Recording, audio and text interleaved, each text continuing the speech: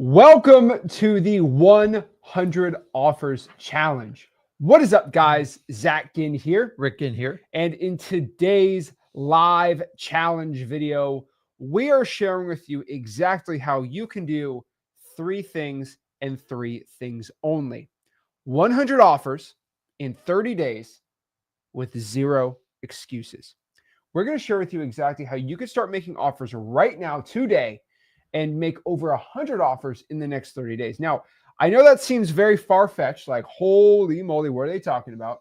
But in this challenge, we're going to specifically show you how easy and simple it is for you to go out here and start taking action. Action is not that complicated. You just go out here and do the work. But you got to know exactly how to do it the right way and the right tools and systems to be using, which we're going to be sharing with you today for success wholesaling real estate. And so without further ado, let's break this all down and let's share exactly how you're going to crush it and succeed in wholesaling real estate. And so the one thing I could tell you is wholesaling real estate is all about actions over fear.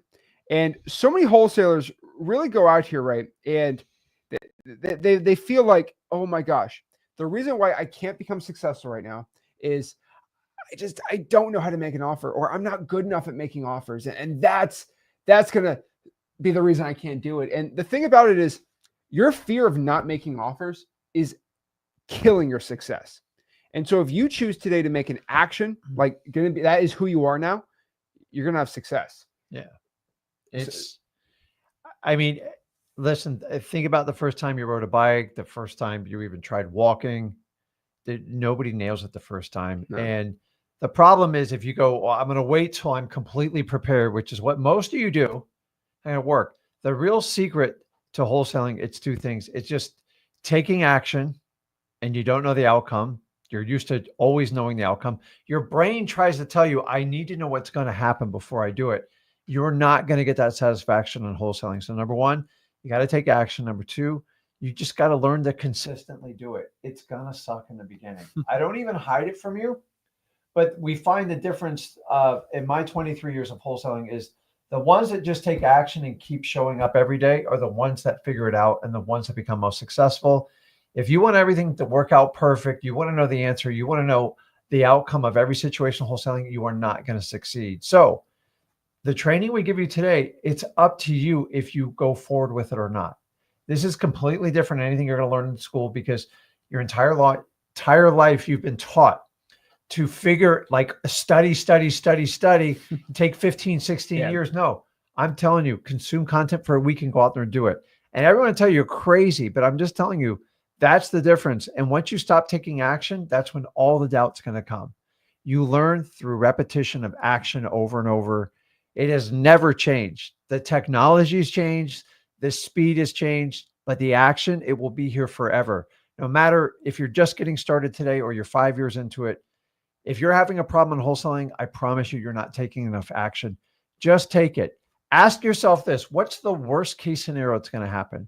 You're already there. Most of you are frustrated with what you're doing and who you're working for. So take a leap. I've been doing this 23 years. What are you, 9 now? This is crazy. I'm about to hit 9. And it's the same thing for everyone who starts. Don't reinvent the wheel. Take the action. If you want to know the outcome of everything, you can't get that in wholesaling, and that's what's holding you. That's what's holding you back. I mean, the main part of this challenge is the education part is going to be pretty brief here. I mean, it's going to be, long-ish, but you got to remember that the best education is going to be through perspiration. And what I mean by this is you making 100 offers. At the end of those 100 offers, you're going to have way more knowledge of how to close a seller and talk to them than watching 15 hours of me. It just, you learn more, right? It's always like you can't read a book on how to ride a bike. And a lot of people are trying to read books on riding a bike. You just got to be there, right? And once you're there, you get it and it completely clicks. And this is what we're going to be sharing today. And so we're going to share our insane 100 offers challenge. We're very excited about it. And I think this is going to kind of get people off the book on how to read the bike, get people stopping to reading the book on how to ride the bike and actually get on that dang bike themselves so they could start doing deals. And so a very important quote that I have to let you guys know is, if you ain't making offers, you ain't making money. Now, I don't know how many times I've said this. I mean, you've said this a million times too, but if you're not making offers, you ain't making money. And so I've always said, but I can look at anybody's wholesaling business and I can just ask one question that can predict with about 80% accuracy, I'd say 90% accuracy, how much money you've made. And the question is, how many offers did you make this month? That is the only question I have to ask you. And well, how do you game the system with me? Well, that's pretty obvious. Just go out here and make as many offers as possible, and I'll probably gauge you're going to make more money. If we had a little chart of everyone watching this today, right? And we looked exactly where they were at in the amount of offers they made in the past month. And then we actually had their bank account, how much money they put in their bank account last 2 or 3 months. Yep. You'll see the ones who made the most offers made the most money. It's pretty dang clear. And so when we understand that, is it how good of a closer you are? Is it how many deals you can cold call? Is it how many JVs you get in? Is all these external, how many texts you send out? Are you doing enough PPC? Like all that stuff's pretty external, and it's all like it's all for I'll feed your ego for a second, and it's all vanity metrics when the most important part, and it always comes down to how many offers you're making. If you ain't making offers, you ain't making money. Now, there's bad offers and good offers, right? I'll be honest with you, right? It's important. If I make an offer to an off-market motivated seller who's a probate, one of those a month, I could be making 300 grand a year, right? And so offers do have a weight to them about one's important, one's not, but it's always going to be offers. And the thing that kills most wholesalers is just making 0 offers. I've never made an offer in 4 months. Guys, how many people out of the hundreds of thousands of people that subscribe on our YouTube channels, right? How many of you guys have never made an offer? Let me know in the comments, guys. Let me know in the comments. How many offers have you made, if you could guess, in your whole entire this year? This year, let me know live, because we are live, right? How many offers did you make this year? Genuinely curious. Where do you think we're going to be at? Where do you think we're going to be at here? Let's see. You can't get a deal if you don't make offers. And guys, sometimes 0. The offer is the catapult to get the conversation going. And listen, I'm only going to make offers on motivated sellers of properties that need to sell, but sometimes just the offer alone can get in the right hands. Sometimes you give it to the husband and the wife sees the offer sitting on the kitchen table. She's like, maybe you should talk to this guy or gal. And so don't be scared. Offers you can actually use as a follow-up tool. We give you tons of tools in XLeads where you can automate it. You can send emails. Heck, you can mail them old school. That's how I used to do it. And I can't tell you how many times I've engaged someone just with an offer. And, Rick, it's they're going to use it against us. Listen, if you can do it in person, great. If you can do it over the phone, great. But at some point, either email an offer, do the e-sign. It's an XLeads. Like, do it, because it is a numbers game. If you only write 3 offers, the most you have is to buy 3 properties. So I don't want to send everybody an offer, but if they got 2 out of the 3 on the ODN, off-market direct seller needs to sell, I'm typically going to make an offer, because something happens with offers. Sometimes that's the validation to go, man, Zach's serious. Like, he put it in writing. And you go, well, it's a lot of effort. Really? That's a lot of effort. You don't think calling thousands of people, cold calling and doing the SMS and doing the reverse driving for dollars, that's the effort. Dude, the contract is a piece of cake. And if you go to freewholesaling.com, I take an entire video and I walk you. Every year I do it. We give you the updates and we hold your hand and just show you exactly how to do it. So the only excuse is if you don't take action doing it. And most of you aren't doing it because you're scared that you might get rejected. Expect to get rejected. And then if you engage a conversation to move forward with it, you've done your job. I got to tell you, a lot of times people go, I don't know if you're serious until you write an offer. So we all want to know the outcome before. But at some point, if you have a motivated seller and you've spent the time qualifying, make the offer. I get it. You did it verbally. You did it over the phone. Take the next act and send the paper thing if it's electronic or in person. That's how you do it. I mean, kind of looking at these, right? It's kind of interesting, right?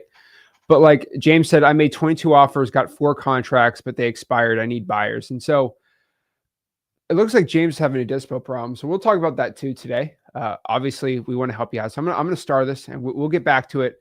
But it's very, very important to have buyers. But if you get a lowball offer, the buyers will come. So it really depends on what price you got the deal on. But we got zero. We got some zeros. We got some goose eggs. There's not a problem. But that's why you're here. You're honest, right? Nicole, 8. I like that, right? The fact is, most people don't know how many offers they made. That's the truth. And those are the people like commenting, right? Yep. 12. Okay, that's not bad. Brandon is the only one on here that's made the most money, as I could tell. He's made thousands, and I actually know about Brandon. Yep. And he does deals. Shocker that Brandon is making the most money out of all those comments because he's making the most offers. And he shocker the most action. And just highlighting that, guys, I'm no different, Brandon, or you. The only difference is they just take the bold action to move forward. And I promise you, the first few contracts wrote, Brandon's just like, man, like, this is awkward. This is uncomfortable. I'm going to get rejected. After a while, when you expect rejection and then you weed through them and then you get the yes and no's, it's just like a major league batter. I mean, a good hitting percentage is 30%. So that means they go up the bat 10 times. They can strike out or foul out or be tagged out 7 out of 10 times. It's the same thing with us, guys. It's like the numbers are even higher on the rejection. Listen, wholesaling is not for everyone. I don't hide it from anybody. If you don't have the guts to take the actions, there's nothing's going to happen. So keep it in mind. We all start somewhere. Those of you to zero, let's dial in and get you the help you need so you can get started in wholesaling. There we go. And so if he ain't making offers, he ain't making money. And so we're making offers today, right? And so I have a question for everyone watching this, right? So my question is, what does Kyle here with, we'll make it a little bigger. What does Kyle here with a nice, fancy $5,000 check? What does him? What does Quivancy with $9,000 he just made on his first deal? What does Lofton, got his first contract closing in 8 days, his first deal? What does Jira with her 8th active contract? And Ashton here, he made $60,000.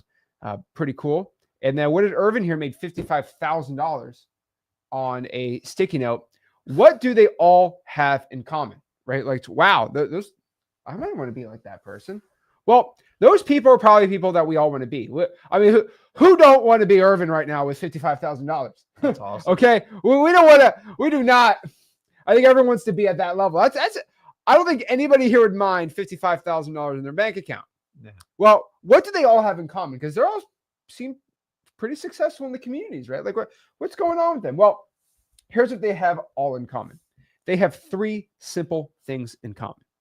The 3 things they all have in common is, number 1, I taught them for free. They never gave me one dime. That's it. That is first and foremost. This is the most important thing.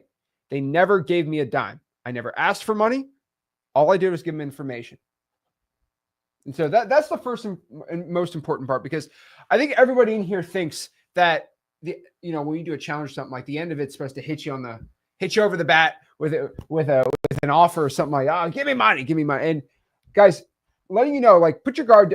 I'm not here to ask for no mentorship, no course, guys. The information I'm giving you is everything you need. But the thing about it is, they joined the community, but they treated the community like a $7,000 course, because it is a $7,000 course that I get for free. Because I could just turn that little price button on that thing and you can't go in, right? But they treated it like a paid, like a $8,000-$9,000 paid community. They talk to each other, they post, they are active in the communities, and they treat it like a nice, fat, big paid community, because it is. Also, if you don't believe me, you have all their names. Go DM them on school. Go DM them on Facebook. Go ask them in the comment section. I bet they're in this comments here too. Is Zach full of it? Did he just lie? Was this a fake? Was that a fake success story? No, you can DM these people. They're all real legit, right? Now, number 2, very important. They never gave up. I'm very, very big into this, and I've always been big on this, but you only lose in wholesaling when you quit and give up. They have had some struggles. Ashton, when he made 60 grand his first deal, he was going through months without deals, right? Yeah. And I remember him telling me his wife kept pushing him to do better and better, and that was really cool, and it was really inspirational for me, right? But he never gave up. And guess what? His first deal, because he never gave up, was $60,000. Holy moly. That is insane. The journey you go through in wholesaling is what makes you the wholesaler. Yep. If it was super easy, guys, everybody would do this and you wouldn't have the opportunity. So I love that wholesaling weeds out the weak, the tired, the people that can't handle rejection. Guys, here's the truth. Most people starting wholesaling today, they're just weak. I'm just telling you, they're going to try it. And when you try something, it means I'm going to try it. If it doesn't work out, I'm going to go do something else. So you only have to beat the average wholesaler, which is beyond weak. Most people quit wholesaling within 90 days. You can plug and unplug. It looks like it went out.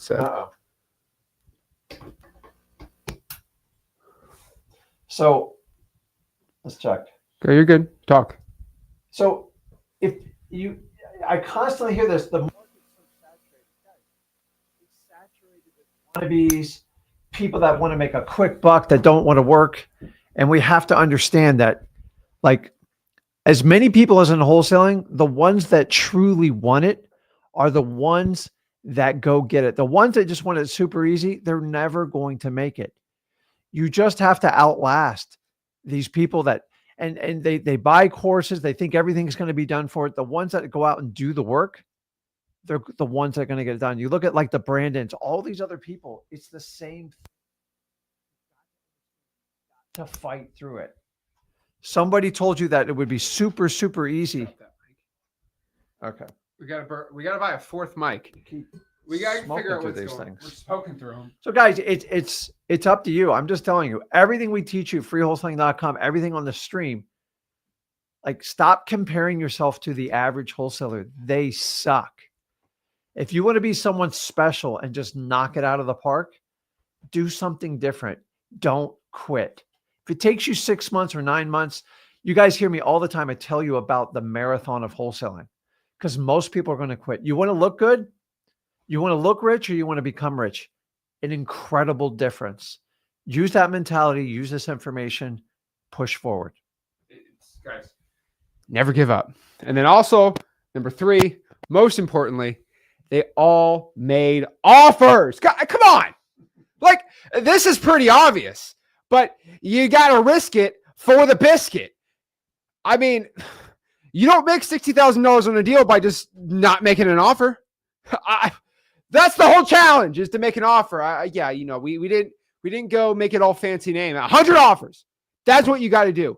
The point of it is, I kind of look at it as, you know, and again, I'm going to get roasted for saying this, but like, you kind of look at it as like a, you know, like a Navy SEAL training or like some sort of really difficult boot camp. It's like, do people pay? Can you pay money to become a Navy SEAL? No, it doesn't matter. Like, that is not an honor that you pay for, right? And the thing about it is, they make it hard on purpose, right? And those things are like, it's very difficult to obtain, and that's kind of the goal. And the thing is, anybody theoretically, right, could go out here and be a Navy SEAL if they wanted to. They tried, right? As long as the height and weight requirements, right? But you could train yourself to get there, right? Maybe your height, if you're like 4'2", maybe. But like, outside of your height and age, right? Like, if you want to do it, you can do it. And for most people, if you are an adult male, you know, and you're 20 years old, right? Unless you have some crazy genetic situation, right? You theoretically could become a Navy SEAL, right? Now, the problem is when you look at those, you know, Navy SEALs, a lot of them will say that, like, you have to be born with this craziness in your mind to go do it. But like, because you don't, what we're trying to give you, these $60,000 and $50,000 deals, you don't pay for the privilege of being able to, you just got to earn it. Okay. It's not about money. It's not about how much money you throw at wholesaling. It's about how much effort you put into, and it's something above paying money to go learn this, right? And if you just kill your fear, I promise you are going to be making a ton of money. But there's risk involved. You are going to be risking being nervous. You're going to be risking failing, and failure is inevitable in wholesaling. Failure is with everything in life. And if you're willing to just say, no, I don't care anymore, I'm going to make the offers, you're good to go. The reason why I like 100 offers is you can just count how many offers you make. Okay, 100, 99 more, 98 more, 97, 96, 95. Rick always says it's a marathon, not a sprint. And the coolest part about this marathon that we're giving you is there's an actual distance involved. In wholesaling, it's not like a race where, oh, it's 5 miles. Okay, I'm a mile 2. almost there, right? The cool part about this challenge is there's an actual end to the race. But the problem is you have to start making the effort, right? And so 100, that's it. Yeah, and not to beat this to death, but it really comes like all the training in the world. I believe we provide the best training, but you got to really want it. And so, number one, we talk about Navy SEALs. Do you go read the David Goggins book, Can't Hurt Me? The man was 300 pounds exterminating cockroaches and rats. And everybody told him, you can't do it. And guess what? It pissed him off to the point it's his life mission to prove everybody wrong. So go be the David Goggins of wholesaling. Like, that's how I look at it. 300 pounds. He had to lose 100 pounds in 30 days. Guys, look at people that go, people hire a trainer all the time. How much they pay a trainer? $50 to $100 an hour. They're still terribly out of shape. They just feel better. That's what sometimes you guys do with courses. You've got to take the information, run with it. It's free or paid. But guys, the last quote is, look into Eric Thomas, a great, great speaker. He has a great story, but he says, when you want this is my saying, but I'm paraphrasing. If you want wholesaling as bad as you want to breathe, then you're in the right game. And go check out Eric Thomas because he's all about it. Like, like we take for granted we're breathing right now. The minute I shut your mouth and hold it, you will do whatever you have to do to breathe. You'll scratch my eyes out. You'll punch me in the face. I need you guys to get the fight in you for wholesaling. We never said it was going to be easy. I know the market implies it. There's a reason for it. Use your brain. So how bad do you want it? You're going to David Goggins, the wholesaling? You're going to Eric Thomas? You want it as bad as you want to breathe? Because if you can do that, I'm telling you, I can get you anywhere. We all come from different facets of life. Some of you guys are broke. Some of you guys got silver spoons in your mouth. Wholesaling doesn't care. It only cares how much action you take. So think about David Goggins, Eric Thomas. I'm telling you, if you'll take that attitude, I can take you anywhere. If you're going to spit out excuses and you just keep playing with it, there's nothing I can do for you. It's just the truth. It's 23 years of my experience telling you right now, most of wholesaling is in your head. You guys are scared to push the limit because you've never pushed yourself before. If you want to do it, let's go along with the ride. Let me show you how to do it. 100 offers. Let's do it, guys. And so we're pretty excited about it. So a lot of people, might not know who we are. And so let's explain. Who are we? We are Rick. Well, my name's Zach Ginn. I'm Rick Ginn. And basically, we are one of the largest wholesalers in the country by deal volume.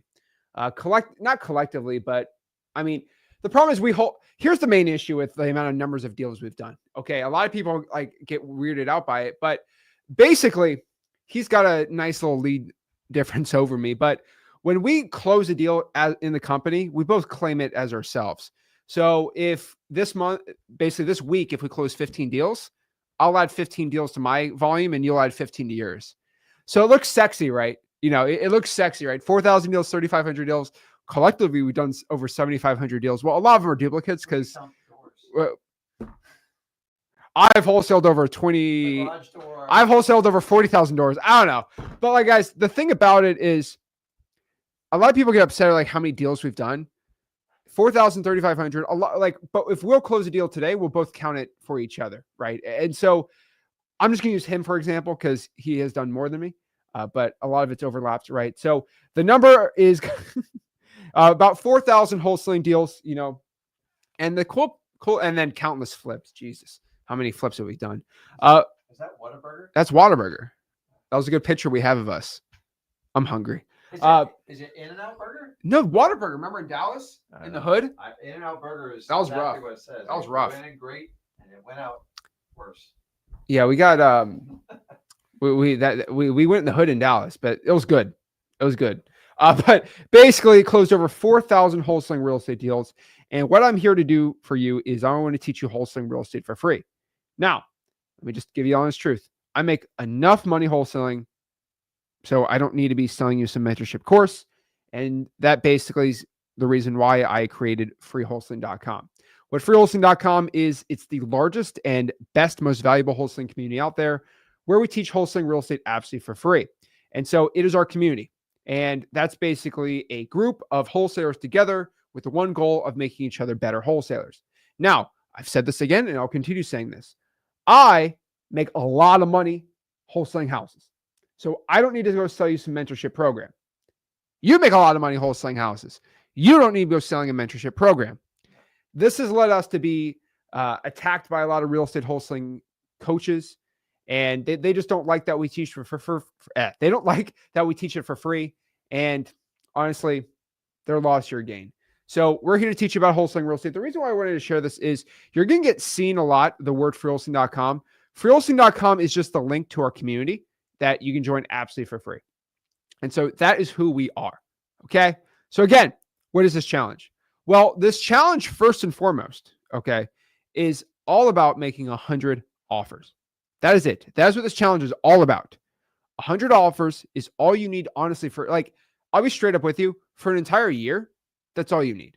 Like, if you did off-market deals, code violations, probates, pre-foreclosures, 100 offers for a year, chill you out. You'll be good. But here's the problem. That'd be great to do 100 offers in a year challenge. Yeah, that's great. It doesn't roll off the tongue as good. But something's kind of upsetting me. You know, my Zach senses are tingling. But I just saw something about someone said they're making 0 offers. That is unacceptable to me.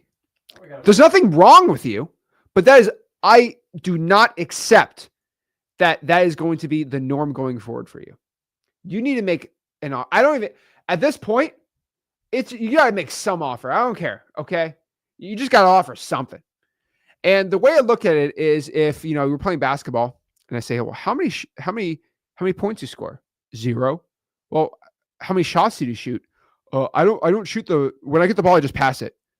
Well, how are you going to score any? I want to score points, but when I get the ball, I get so scared, I just pass it to somebody. Why don't you at least try to shoot it? Well, what if it doesn't go in? Well, most of the time it doesn't go in. What do you mean? Kobe Bryant. Oh, I love Kobe. He had a 30% 3-point percentage. That means, you remember saying 30% about the baseball players? Kobe Bryant, 70% of the time, his threes didn't go in. Wow. Do people think he's a loser when it comes to basketball? No. Okay. And so it's like, and so the thing about it is, if you want to score more points, you shoot more of the basket. Now, of course, we could talk about how to be the most effective shooter of all time, but statistically, you take more shots, you score more. And at this point, if you've made 0 shots, just start chucking up half quarters. I don't even care at this point, but you just got to start shooting, right? It's all about making shots on goal here. And so many guys aren't even doing that. And so the whole goal is, let's do a year worth of offers in 1 month. Screw it. At least you'll get some deals, right? Yeah. I mean, guys, it's one of the most important stats is how many offers you make. So just even basketball, if you don't make the shot, you have 0% of getting anything. So you do it to baseball. If you don't swing the bat, you're hoping to get walked every time. It's not going to happen. And guys, listen, same thing goes with marketing. I'm a big fan of you got to incorporate and control your marketing. If you think everybody else can do it for you and companies supply it, you're not in control because you don't know what kind of deals. They'll give you a $2 million house. That qualifies as a lead. They'll give you one in Tacoma, Washington. You're in Florida. I'm like, how the heck am I going to do that? I'm not set up for virtual. So you're in complete control. That's what you guys have to understand. You're at the wheel. Stop telling me everybody else is driving. You don't have fully a self-driving car. We don't have a Waymo. So you got to do it. Like I'm telling you, you're the only person that is accountable if you made an offer or not is you. It's not me and Zach. It's not the market. It's not the saturation. It's not all the real estate coaches. At the end of the day, you're the person that's accountable for it. And honestly, until you take full accountability for everything you do, especially in wholesaling, and this will iterate in every other portion of your life, things change, man. Like you'll look at people that give you excuses and go, my God, I didn't realize he or she whined so much. And if you understand that, it's ultimately up to you. So if you're at 0, good news. You recognize the problem. So maybe you're just starting out, or maybe you have analysis by paralysis. Let's get through it. Let's figure out how to make these offers. You have to recognize the problem. Those of you who could put up zeros, I give you all the credit in the world. You're brutally honest. And remember, if you can't identify the problem, you can't fix it. Those of you hiding, go, I'm not going to make an offer till everything's right. Good luck. Dude, the first offer I made was the most painful one I ever made in my life. And then it just got sequentially easier as I went on it. I was shaking and trembling. I did it in person. And honestly, I massively overpaid for the property. And when I realized I overpaid for it, I had to either cancel it or go back and tell them the truth. And I learned a valuable lesson about how to overpay for a property. A lot of you guys in this comments, I've got 5 deals under contract, but I got to back out. I can't find a buyer. Number one, if you can't find a buyer, you're not making enough effort, or you are overpaying for your properties. And listen, the first time you make a mistake, it's a mistake. The second time, it's a decision. It's a decision. And if you keep making it over and over, I made this mistake, that you learn. You're all going to make mistakes. I made horrible mistakes, guys, like crazy mistakes. I've made lawsuit mistakes, but I've learned to go. I remember the first time I ever got served a lawsuit. I went to go hide under the couch. I was horrified. I didn't know what to do. I didn't know how to reach out a lawyer. And then after that, I survived, and you'll survive too, guys. Just write the offers. Like David Goggins in Wholesaling, just go. And I'm not telling you to write reckless offers. Every time you write an offer, you're going to learn something about you and about the type of seller you want to deal with. And if you make enough offers, you go, man, I'm not going to keep doing that again. But don't make the mistake, I'm not going to make an offer because I don't want to get rejected. It's actually the opposite. Make more offers, have better marketing, and make sure you're wholesaling. You're working with sellers directly that are off market that need to sell, because you can't make it click without the offer. Remember, the first time is a mistake. The second time is a decision you just keep repeating over and over. Differentiate the two. Okay. So again, first and foremost, 100. That should be your goal. That should be kind of your North Star here. But I'll be honest with you guys. So I am sick of you not making offers. I've shown this again. I can continue to keep showing you this, but it's literally the point of wholesaling. You ain't making offers. You ain't making money. So let's go out here and actually start making offers. Guys, I ain't going to be all upset right now, but I'm just telling you guys, like, if you're not making offers, like, why are you watching this video? I'm straight up with you. Like, why are you watching this video? Because you're just wasting my time, your time, because you just want to sit around and don't make offers. You ain't going to make any money.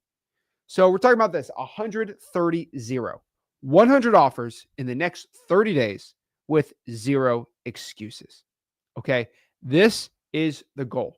This is what we're doing.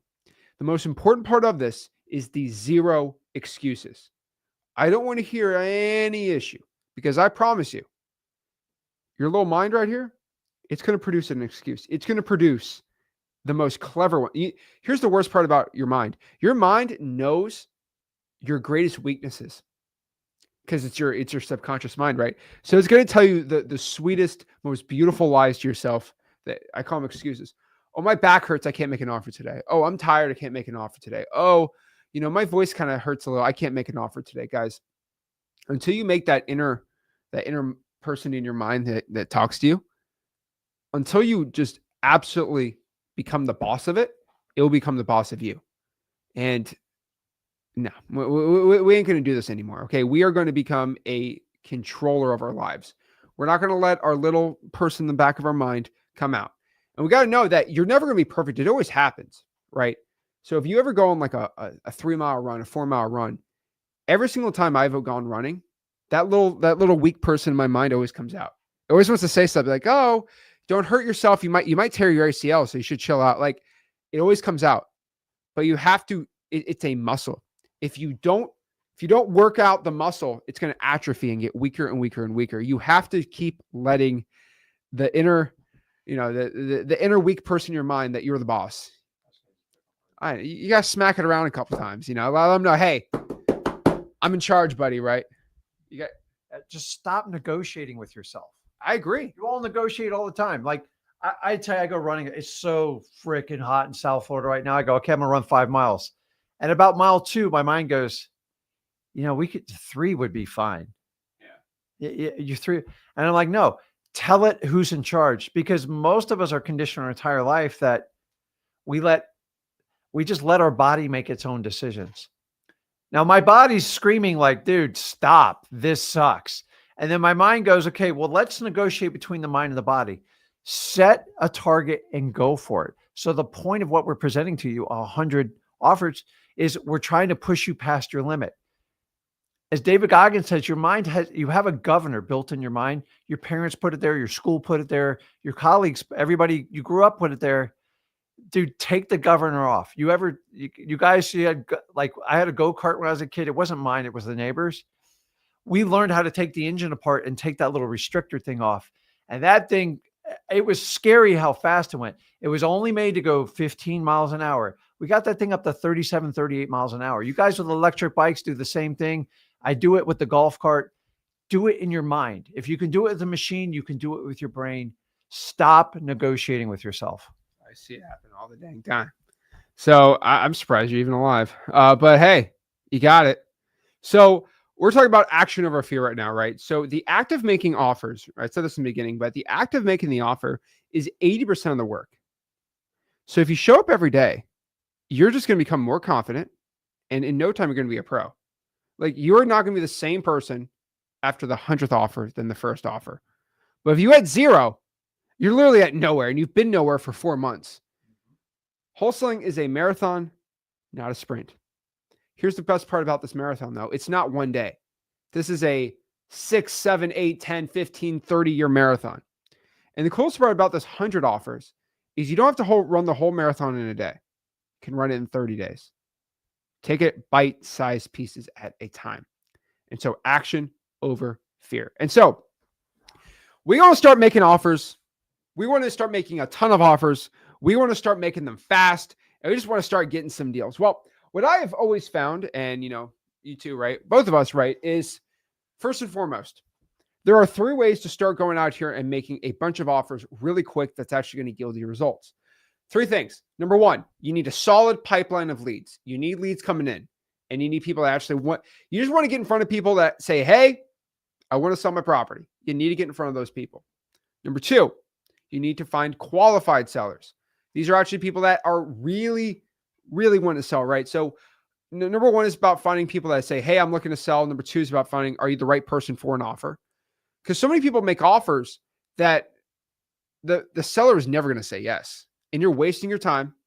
And they could have been a yes, but you didn't know how to close them properly because you didn't condition them or qualify them or frame them the right way to make the right offer. And number 3, you're going to learn exactly the perfect closing techniques and the best ways to make the most solid offers possible in wholesaling real estate. And so that's what we're sharing today, and exactly how you can have success right now. If you're ready to go, I'm not going to start yet. I need everyone to comment that I am committing to doing 100 offers. I need a commitment here. I need a commitment from everybody watching this live that I'm going to make 100 offers in the next 30 days. If I don't get that, we ain't going forward, because I'll be straight up with you. If you're not willing to do this, just shut down the stream now. Shut it off. What's the point of me sharing this, right? If you're not going to make the offers, what is the dang point? So again, like we say, we need you to commit before we get through this. A lot of people say, they commit with a nice cash payment. I don't need your money. Just need you to commit your time and your mental effort in your mind, right? I'm not going to be this guy that says, manifestation. Ooh. Like, I'm not going to say that to a point. I mean, there's some validity in that, but the thing about it is, if you mentally commit to something and you like commit it, you write it down, you type it at least, right? I mean, writing would be better. You're more likely to stick to it than not. And so that's why we're sitting on here. So we got okay, Raven, Andrew, we got Ernest. Awesome. Love it. There we go. Sandra, committed. Love to see it. All right. Let's see here. All right. Lisa. Okay. Trading. Okay. We're getting some people. Okay. We're getting some people on here. I like it. You know what? Good enough for me. I say we're committed. Shout to Lunar. Committed. Wandra. William. Awesome. Love to see it. So, okay. We got some committed people. I like that. Okay. All right. We'll go talk. All right. So let's talk about how to make offers really dang fast. And so if we're going to do 100 offers in the next 30 days, let's talk about it. 3 offers a day. That's really what it comes down to, more or less. It's kind of like, well, that's 90. It's like 3.3 offers. I mean, 4 is a little much. 3 is not enough. So roughly 3 offers a day. You're looking at this, you're like stressed out of your mind. You're like, how in the world am I going to make this happen? That is way too many offers, because that's literally a year's worth of offers in 1 month. How do you even do that? Well, I'll be honest with you. We're going to do a little cheating. I'm not going to call it cheating, but the point is you guys just aren't making any offers. So we got to start just making offers ASAP.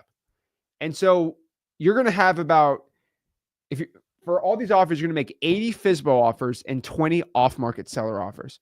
I'll be honest, the 20 off-market seller offers is way enough for a month. I don't know if you've ever seen, I mean, have you seen anyone go 0 for 20 on a government list, drawing for dollars list, high equity list, vacant list? Engagement on it for sure. No, you can't. If you 0 go for 20? no, You'll but never if see you that, write right? 2, I already know. Listen, if you make 2 offers, like, it's not going to work out. I'm just going to tell you. And most of you only writing 2 offers because you're trying to get the perfect lead, the perfect system. You're trying to get all the education. I'm telling you, man, like, give me someone to go out there and just beat down doors and make offers. I'm not telling you make uneducated offers, but find someone that's qualified, engage them. You can still make a verbal, but like in the beginning, I used to just make verbal offers. And listen, we all want them to consent and do that, but you still got to get to the contract. I'm telling you guys, if you have the right person and they didn't commit to your verbal offer, get them a written offer. Because on average, between 10 and 15% of those people will engage you. So think about this. If I write 100 offers, I can get like 15 people to reopen the conversation. And sometimes they look at you in a different light when you write an offer, because it really does show an intent. It is a piece of paper. Now, the good thing is you're not overly obligated. I don't want you writing bogus contracts. That's not my goal. But if you don't go out there and swing the bat, you're going to go 0 for 0, and you only have you to blame. So guys, don't make the mistakes of people that don't make enough offers. And remember, don't write 100 crappy offers. Like, you're not going to get credit for that. Like, it's just, you're going to be busy, and busy means broke. So you're really going to have to step up your marketing games. You're really going to have to grind it out, because this is what wholesaling is about. I'm sorry you bought a course and they told you it was going to be super easy and you came back to freewholesaling.com. I'm telling you the truth. If more people got the truth, we'd attract the right people into wholesaling, and then we'd have a much higher success ratio. Guys, realize most people quit wholesaling because it's too hard. They're just wimps. Like, I don't know what else I'll tell you. If you're weak, don't come in the wholesaling. It's going to eat you alive. So you have to understand, doesn't matter if you buy a course or you get it for free. You're going to have to make the same amount of action effort, period. Wholesaling doesn't care. And once you understand that, you'll take it a lot more seriously, and you know you're going to have to push the threshold on it. Think David Goggins, Navy SEAL. Think Eric Thomas. I want to breathe. I want to wholesale. I want to breathe. That's how bad I want it. Some of you just admit it. You don't want it that bad. That's why I'll try. Go try to work out. Let me know how that works out. I was at the gym today. I'm like, I give credit for people showing up, but I've watched the same people for 2 or 3 years. I'm like, at some point, you got to make this thing stick. So you can get the $100 an hour coach, or you can do it for free. Guess which guys usually win the most at the gym? What do you think? The guys that show up each and every day, not the ones that hire the gym trainer and pay him all that money. They'll take your money all day long. Guys, life's all about how bad you want it. And if you want it bad enough, you'll write 100 offers. There we go. That's all I can do. And I see people. I see some complainers in here. Generally, I have a question. If you're going to complain about this, let me know how many offers you've made this year. It's always silence. It's the biggest complainers are the ones not doing any deals. It's always funny to me. That's the problem. I hate how Zach's talking about making offers. Get to the point. The point is to make the offer. And if you're not focusing on it, I don't know what you're doing, right? Jeez Louise, man. But guys, of all the offers you're going to be making, about 80% of them should be for sale by owners. All right. And then 20% are going to be off-market sellers. So if you haven't done any offers, go to your market, go to the FSBOs, and just start making offers. What? I have to start making offers like today, like right now, like in the next 20 minutes? Yes. Yes. Yeah, I know that's not fun. Yeah, I know you're nervous, but that's the point. You got to get out of your comfort zone. That is the point. Jeez, man. If you're not making offers, you ain't making money. Okay, so first and foremost, how are we talking about FSBOs? Well, just go to Zillow, go to the for sale by owner section, and find anything over 80 days. I mean, I like 100 days, but let's make the sucker 80 days today. And what I want you to do is just offer 70% of the listing price at minimum. So if somebody has a property listed for 100 grand, multiply it by 70%, and that is your MAO. Done. What is going to stop you from doing this? And I promise you that if you do this, you're going to be less nervous after the 80th offer for the month doing FSBOs than not. That's it. It'll take you maybe an hour to make 10 of these out. It's not that much work. And you're going to find that you're going to be more comfortable. You're going to be more assertive, and you're going to be way more confident, right? Again, I talk about confidence a lot, but confidence is just a belief. And if you believe in yourself, you're going to just seem, quote, confident. And confidence is going to be, you believe in yourself because you've done this so many times. It's like, well, I do believe because I've done it so much. It creates that belief. And it's all about belief. If you believe it can be done, it can be done. And so attack old FSBOs right now. I'd say about 80% of your offers should be doing this for this month. For those 100, about 80 offers this month. You're going to pull out deals. People are going to pull out deals doing this. And I'm not going to be all Mr. Nationwide around this, but if you can make a super stupid lowball offers and do this, most of the point of this is just to build confidence. And you're going to sound a lot better. And it's better to practice on Zillow FSBOs than it is to practice on actual real life motivated sales. Let me repeat myself again. It's better to practice on these Zillow for sale by owner leads than it is doing it on motivated sellers. It drives me crazy, but like if you mess up with a really good probate deal, you ain't gonna make any money. But if you mess up with a FSBO, it's a FSBO, right? And after you're going through 50 or 60 of those offers, you're gonna be like, okay, wow, I know what the worst of a seller can say to me. And then the off-market person is not going to do that. And so you're going to absolutely do really, really well here. And so build your confidence, 80 days on market, and then just build your confidence. That's your base. You get me? Number two, we're going to build out our pipeline of leads with government lists and free data. So it's for anybody that doesn't have any money. That's completely fine. If you want to keep your budget low, you can keep your budget low. But the one thing I can tell you is government lists and free data is where you need to be at. And so here's a good list you should be doing the 20% of the offers at, right? Digital bandit signs, probates, code violations. Go to our list of the month. So every single month, I actually pull a list and I call it my list of the month. For the government list of the month this month, I actually did all open code violations. Every single open code violation in Columbus, Ohio. I skip traced it using X Leads and I gave it to you guys absolutely for free. It's a list of 3,000 code violations all open. I give absolutely for free. On top of that too, you should be pulling pre-foreclosures, liens, evictions, fire damage properties, water shutoffs. Honestly, just go to freelosing.com and you'll figure out exactly how to pull these lists. Unfortunately, if I wanted to show you how to pull a pre-foreclosure list, this video would be kaput because of privacy policy, stuff like that. But if you go to freelosing.com, we have all uncensored, covered videos. It's the whole entire thing. It's all private and nothing in that course is publicly available on the internet. And that's pretty dang cool. It's all free. So the free data is your base. You get me? This is your solid base of deals.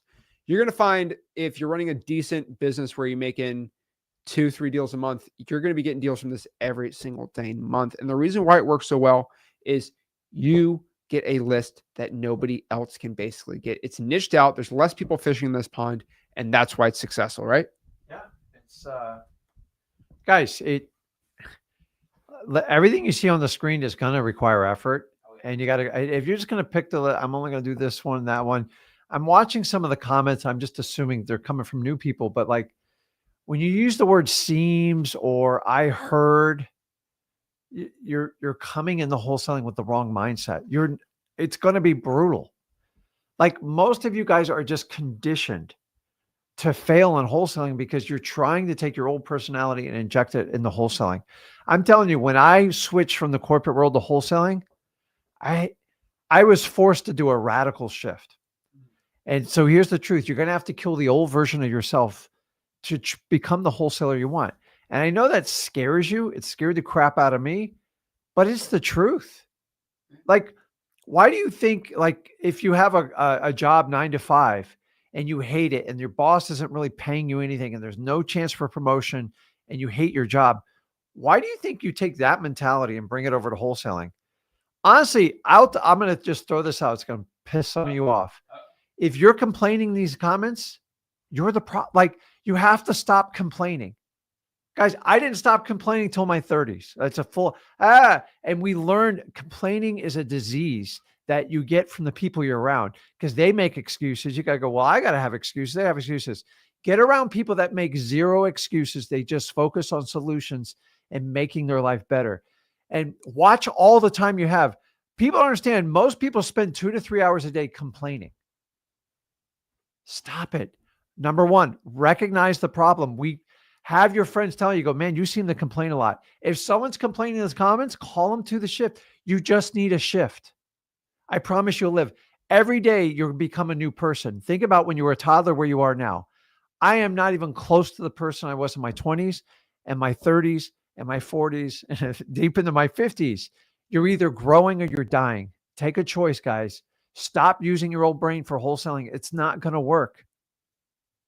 See, how many people are chasing houses? That's right. Only the strong are going to survive. But here's the best part. This isn't the NFL.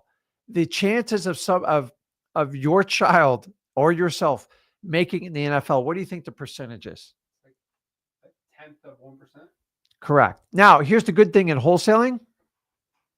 Your odds are so much more, and you can make much more than an NFL player because they only get 4 or 5 years to make that money. And it's very taxing. It's an incredible skill set. But like, I'm not asking you to be 1/10. I'm just asking you to be better than the average person out there. You have to stop complaining and you just start recognizing it. And you people say who get to the point, you're the problem because you're trying the skill set with your old personality. It's never going to work. Stop complaining. Start recognizing your issues. Start listening to people that tell you, us men, like, we don't listen sometimes. But in wholesaling, you're going to have to be a master listener. It's the only way you can solve people's problems. And you're going to have to become a master marketer. You guys saying, hey, is there a website where I can find motivated sellers? Oh, they're everywhere. But they're just going to take your money. They're going to mentally solve your problem. And you're just going to part with your cash. And then you're going to come back here and go, Rick, I spent $5,000 on this site, or I did a PPL and it didn't work out. I go, I told you that up front. I had a guy I was talking to on Tuesday. He lost $34,000 on PPC.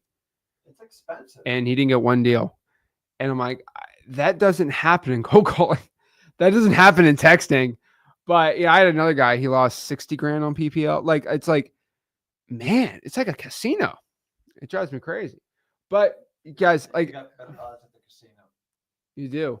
I mean, the problem is you don't hear about that. You don't hear about people losing 60 grand. Like, that's insane. You imagine you lose 60. There's these wholesaling methods out here. You lose 50, 60 grand and nobody tells you about it. Right. But hey, I'm the bad guy. Hey, what are you going to do? But guys, so these are exactly the top free lists. Guys, you can't lose money on these lists because you pull the list, you get Skiptrace for free and boom. Like, you can't, it's infinite returns on your money on this. You're not losing any money doing this. This is a risk-free list. That's why I like it so much. And the reason is no software really pulls this. So you can go out here and do it. It's insane. And so next here, you can use paid lists. Now, you would lose money if you don't get any deals from this list, technically. But honestly, you'd lose $100 maybe. I don't know. But you can also use paid lists and data. This is also what we're going to add on because sometimes we just don't have enough marketing on the government data. You might only have 1,000, 2,000 at most. So what you got to do is drawing for dollars. I used to call drawing for dollars free. I'll be honest, I technically paid gas money, mileage, stuff like that. And so drawing for dollars is now under the paid list section. Reverse drawing for dollars, I mean, there's a cost of gas. And so reverse drawing for dollars, putting sticky notes out on houses. What? You got to factor in the cost of a computer and a cell phone next. Oh, It never stops. I Guys, mean, here's the point. Here's what I want you to understand about wholesaling. The word wholesaling has gotten so watered down, and I get it, somewhat under attack, but it just ain't for the faint of heart. The problem we're having in wholesaling is a lot of people are doing like realtor techniques to try to do wholesaling. Here's the definition of wholesaling. Here's what I was taught, and 23 years later, I don't change my tune. You minimize your risk, you maximize your reward. So if you're going to go to a paid marketing thing, you're skipping the most important part of wholesaling, which is marketing, which has always been the number one skill set. And you are maximizing your risk and you're lowering the lowest chance of a reward. So do you see how we have a problem when we cross it? And I get it. They're smart marketers. They'll take your money. They're trying to solve problems for you. But the problem is there's no biscuit at the end of it. I promise you, if it was, all we would do is promote it. If I thought I could just, but the thing is, even if you could do it, eventually they would price it up so much where they wouldn't make it work. Guys, wholesaling is always about minimizing your risk, maximizing your reward. That's why it's so attractive to people that are broke. I was broke at 33. I had them go through the same thing. And most of you are watching it for the exact same reason. So why would you try to switch and just put out 10 grand on marketing? Listen, some of you, a lot of you aren't going to make it. I'm just going to tell you the truth. So why don't you go cut your teeth, go get your first 5 deals. Then you can invest. Then you can tell the marketers what your parameters are and see if they give you an ROI. But man, if you hire a marketing company up front with no experience, just do me a favor, go down the freeway and just throw $100 bills out the window, because that's all you're doing. Exactly. So if you have some money, you can go invest in other tools to help you get some leads, right? You can do, again, drawing for dollars, reverse drawing for dollars. You can go to X Leads, which is the best wholesaling software. You can go pull some high equities, some vacant properties, absentee owners, tired landlords. You can actually have AI stacked lists and you can stack it yourself. Cool parts, $97 a month, comes with a free Go high level account and 15,000 skip traces. Now, the cool part about it is not one wholesaling software with free unlimited skip tracing is $97 a month with at least 15,000. And so it's pretty much the most no-brainer one. It's literally the only one that is under $100 that you get 15,000 skip traces, a CRM, a dialer, texting, all this stuff. And like I told you, people are not happy about it. But the reason is people can't make money off of this. And oh yeah, you get free. It's the only software with free e-signing. So it's the only software with skip tracing, e-signing. Got a free e-signing on there, right? So if you're virtually making the offers, you need the e-signing. So that's how you get on the paid side, right? Now, I will say this, and I will die on this hill. Do not do any PPC. That is just a way to lose 15 grand. Don't do PPL. My bad. Typo. Don't know why I wrote that. You look very confused. What's a BBL? We're not going to get into that right now. That's for the younger generation to know the meme. I got out some memes in here, okay? You're wearing my age on this slide. Don't put BBL on Google when you go home. Just don't do that. Just don't put that on that. If you put that on your phone, you could get in trouble. Just don't do that. Okay. We're not getting into this right now.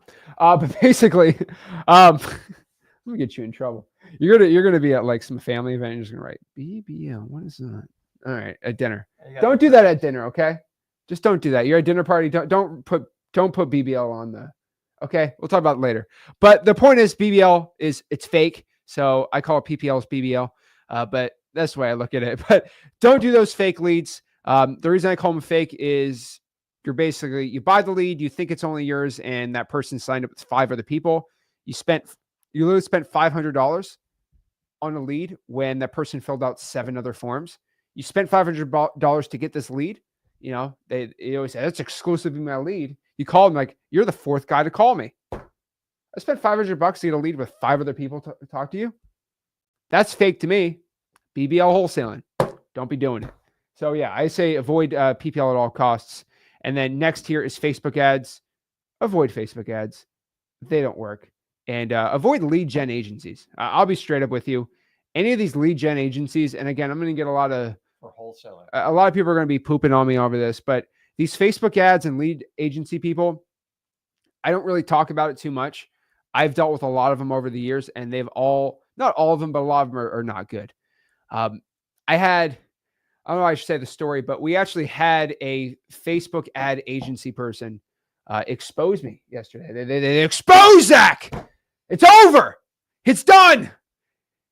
His quote was, I ran ads for Zach on Facebook and he never paid me. That one's funny. That was fun. Here's all I'm going to say. I laugh at that because I've never ran a Facebook ad in my wholesaling business with any agency. I've done it myself, never with an agency person. And this individual came to us 7 years ago, and they wanted to do Facebook ads for us. And I said, okay, possibly. And this was a while back. Yeah, I said, okay, I'll entertain it. We did some meetings. He said it would be a certain amount of money. And I said, okay, that's not really a lot. And he's like, yeah, it's not that bad. And then sign here. I said, like, okay, let's do it. And then he asked to do another Zoom with us. And I'm not going to tell you if the Zoom is recorded. I do have it.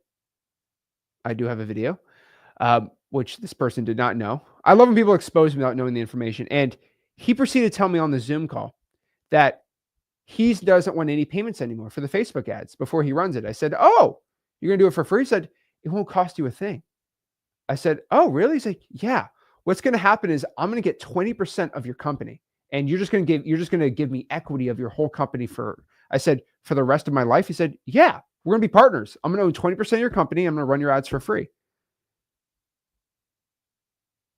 I said, you want 20% of my multi-million-dollar wholesaling operations to run Facebook ads when I don't make any money on Facebook ads? Yeah. I said, are you going to pay for the advertising? No, you're going to pay for it.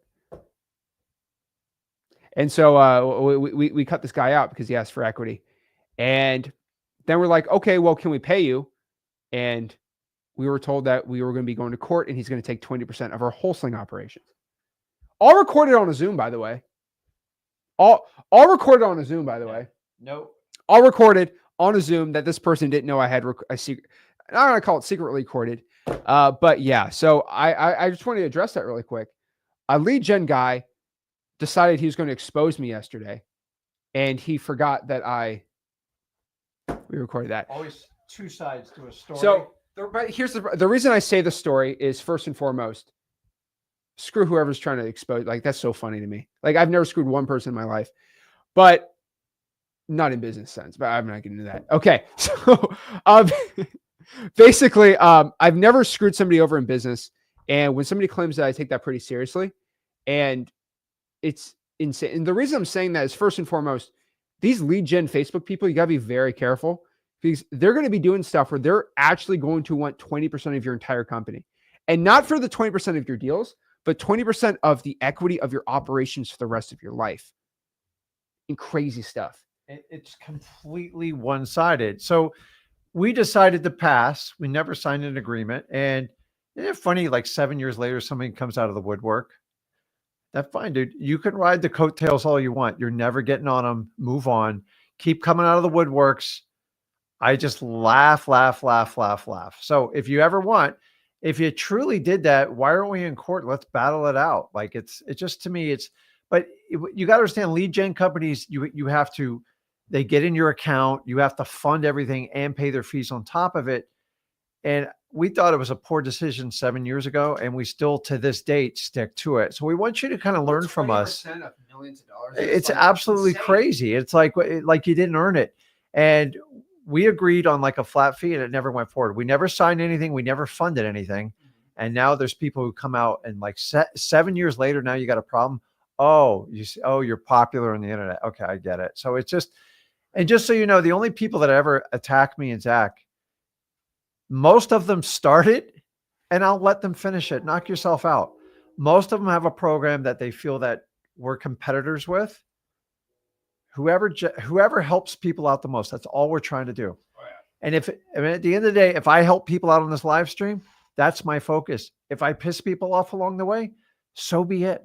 It is what it is. Like I tell you to go out and be the best wholesaler you can. So I got to give you the best information possible. So just understand when people come out, there's always two sides of the story. Most of the time we just take the high road and move on. It's just not worth it. The reason is that person said they're going to take us to court. 7 years later, no court case because there's no agreement. No agreement. So yeah, just FYI, the reason I say watch out these lead gen companies, a lot of them have this thing now, and it's kind of snarky. We're like, I'll do it for free. I'm just going to own equity in your company now. Yeah. Guys, don't be signing crazy. These people are trying to get you sign insane stuff. And then they'll say, if you don't do it, I'm going to expose you. I had a real estate wholesaling coach. I'm not even going to get into it. Basically, I didn't want to buy their coaching program, and, you know, I got exposed for that. But hey, whatever. But guys, avoid PPL, avoid PPC, avoid Facebook ads, avoid these lead gen agencies. I guess there's some good ones out there, but most of them are just ripping you off, right? If someone's trying to charge you 15 cents for Skiptracing, just bro, get out of here, right? Just avoid it. I see a lot of these lead gen agencies have like VAs. You pay them $9 an hour. They pay them $2 an hour under the table. I just be very careful and generally avoid on market.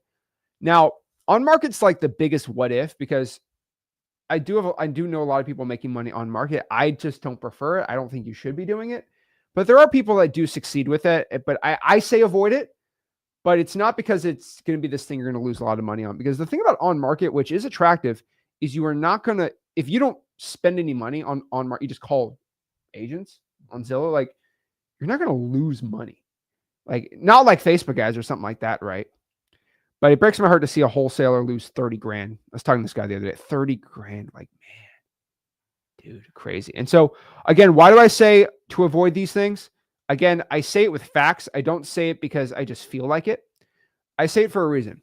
No independent party that I've ever seen have ever claimed a good return on investment with any of those lead gen strategies that I mentioned that didn't sell a course or run some agency to try to sell you money. Basically, what this means is there's nobody outside of somebody that sells a course that tells you that this method works. There's really nobody outside of this method that doesn't own some type of agency to go tell you to do it. Now, when I say independent, I mean, there's probably one or two. I'm talking about a group of 100. You can't name 15 people off any of these methods doing really good on it. That's what I found. And they're not really hitting 3x returns on ad spends. And so when I don't see a 3x return on ad spend, I don't see the point of it, right? I was talking to somebody who was claiming they're getting a 15 to 20x on PPL. I'm talking to them right now. I'm trying to get some verification because they don't sell a course on it. I'm trying to verify with this person. Maybe I'll eat my words, but that's one person. That's great. Let me see if I can find 100 of them. But most of these, no. I will tell you this though, and I will put this in red ink on the bottom because I try to be as transparent as possible. I do know people who do make money on MLS and they don't spend any money. That's pretty legit. And I'll say SEO is pretty legit. I'll be straight up with you. A lot of the SEO guys are going to you're not going to make money on, but there are SEO people that absolutely crush it. They do really good. And so SEO, if you know what you're doing it by yourself, you could make a lot of money. Just being honest. Okay. So how to reach out to these lists right when we pull the data. So there's free and paid ways, obviously, of doing this. Number one, first and foremost, if you have no money and you want to go cold call these lists, Google Voice. It's free. You dial, you smile and dial, you get deals. Number two, text motivated sellers on Google Voice too. Google Voice is free. You get a phone number, you can text. I recommend you text about 5 people an hour. So that's going to be about 50 in 10 hours. So really not that bad. You can reverse drive for dollars too. So you put sticky notes out. Again, I'm calling it paid. With difference of opinion, but no big deal on that. Email blasting is free on Google.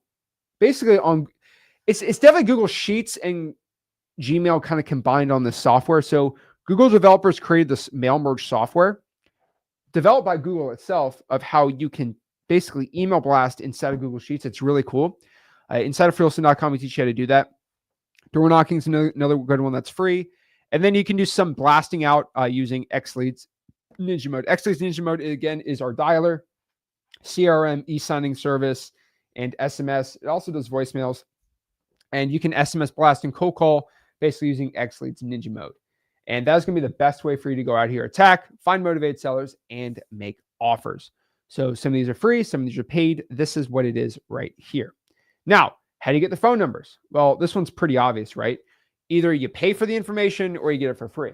So if you have no money and you want to get a data set and you want to get skip traced, you can go to truepeoplesearch.com, you can go to cyberbackgroundchecks.com, or you just go to xleads.com. So if you have no money, go to True People Search, put in the address, and you'll get the phone number back. The problem is when you're doing like 1,000, it might take you 15, 20 hours to get the 1,000 phone numbers. It's very manual. It takes a long time. So it'd be nice if you just upload a list of, I don't know, 10,000 leads and get 10,000 skip traces back. And that's pretty cool. That's what XLeads is. Again, you get the CRM and everything for free, but it's 15,000 skip traces included absolutely for free, plus the software. And you just go to xleads.com. Again, why am I promoting XLeads? It's like, well, I could promote another software, but it's way more expensive and you need way more skip traces and it doesn't come with a dialer or texting or e-signing. I mean, XLeads is kind of the most no-brainer if you're going to pay for a software. Now, once we start going out here and blasting out the sellers and getting deals and getting people that want to sell, then we can actually go out here and start talking to sellers. But it's very important to qualify them. So what's your definition of qualifying here? Honestly, just verifying if they have, number one, an interest in selling the property. They don't have an interest in selling the property. The only way you can motivate them is with a really high offer, which is counterproductive to wholesaling. So if we understand that, then we have to go through a qualification process, and you should do it in order so you don't waste your time. I don't want to have a 30-minute conversation and then find out they have zero interest in selling the house and they plan on dying there. So just be polite and move on. But some of you guys have very long conversations. It's just kind of a waste of time. So I need to find people that need to sell their house. So understand the fundamentals between want and need, but there's a process you have to go through. It's called qualification. We've oversimplified it at freewholesaling.com, and just go to freewholesaling.com. We'll show you how to do it. I'll show you in these slides though. But guys, like here's somebody who wants to sell their house. They just put it on the MLS. There's a realtor representing it, and you go and try to make an offer on that. Like you're literally wasting your time starting off the bat doing that. And I get it. Sounds easy up front. It's going to be brutally hard at the end. So remember, if it's super easy, it's going to be the hardest way to do it. Just do the hard up front. That's why we're kind of showing you how to get up and running to do 100 offers. But 100 offers don't count if you're going to do it through a realtor that's like on market. It's just a waste of time. Now, maybe 6 months, maybe 3 months, maybe 9 months, maybe a year, they're going to be wide open to your offer, and you can mix them in and pepper them in. So we need to find people that need to sell these properties. How do we do it? We go through a qualification process. It's pretty straightforward. And those questions will key on if you have a motivated seller, someone who needs to sell versus somebody who wants. Now, sometimes the property's motivated, which is more common, which means the property's just ugly. It's ran down. It needs a lot of repairs. And then sometimes the seller's motivated. They have a financial need. The house is in foreclosures, is in probate. If you ever get a motivated house and a motivated seller, you struck gold. But odds are you're going to find a motivated property and the seller doesn't seem quite motivated. We're going to continue to follow up with them. That's what we talk about. Those are the ones that are key on making offers, because at some point, you know, they have to sell that house. If they're in foreclosure, at some point, they can either make a decision or the decision is going to be made for them. Your job is to help them, be a guide, and help them solve their problem. And so again, if you have someone that says they're looking to sell their property, make sure they need to sell and make sure they need an offer. Don't give offers to people that, just give me an offer. Well, like, were you thinking about selling the property? Again, one line we really like using is, hey, Mr. Seller, like before I was talking to you, were you considering selling it? No, but just give me an offer. Okay. That's something that they don't need. They want an offer. They don't need an offer, right? Very, very, very clear distinction here, right? And so how do you qualify a seller, right? Well, very important. We kind of go through two specific things, right? Number one, I like to use my MCTP script, and it's hard to describe it, but it's like you're just getting a feel if they want to sell it or not, right? And so MCTP stands for motivation, condition, time frame, and price. So again, you're going to ask about motivation. Why are they looking to sell the property? C, condition. You can tell me a little bit more about the property. T is time frame. When are they looking to sell? And P is price. What ballpark range are they looking to sell the house for, right? And you're just going to get a feel in that MCTP conversation if they're actually looking to sell or not. Now, the next one here is conditioning them for a yes or no decision. Now, I've said this a lot, and I'll continue to keep saying this, but the biggest clown type, the biggest like meme of putting that clown makeup on, the only way you're going to be a clown when it comes to making your offers and feel like a loser is when you make an offer without conditioning them. And what I basically mean by this is if you make an offer to somebody and they hit you with a maybe, like you're screwed. It's the worst possible scenario for any offers or negotiations. So if you go to a seller and you say, "Oh, would you take $100,000 for the house?" I'll think about it. Like, wait. Rick taught me this secret. What do you got to wait about? I need to talk to my wife. But how about I sweeten the pot right now? I do 105, you sign right now. Well, dude, I need to talk to my wife.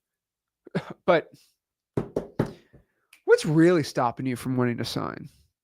I need to talk to my wife. Dang, I guess my closing tactics aren't working. Guys, if somebody has an excuse in their mind that they want to not do anything, I'm being real with you right here. The maybe is the worst possible thing that could happen because a maybe creates time, and time will kill all your deals. What you want to do is you want to talk to the seller before you give an offer. And here's the thing: once you give that price out, you can't kind of put that back in Pandora's box. It's already been thrown out there, right? And some sellers will ghost you after you give an offer, and so that's why you kind of get them right there, get them closed. And so what you can do is, hey, Mr. Seller, like, are you ready to make a decision? Oh no, I have to wait for my wife to be home before I can make a decision over the phone. Oh, great. Well, let me call you back when your wife's home. Done.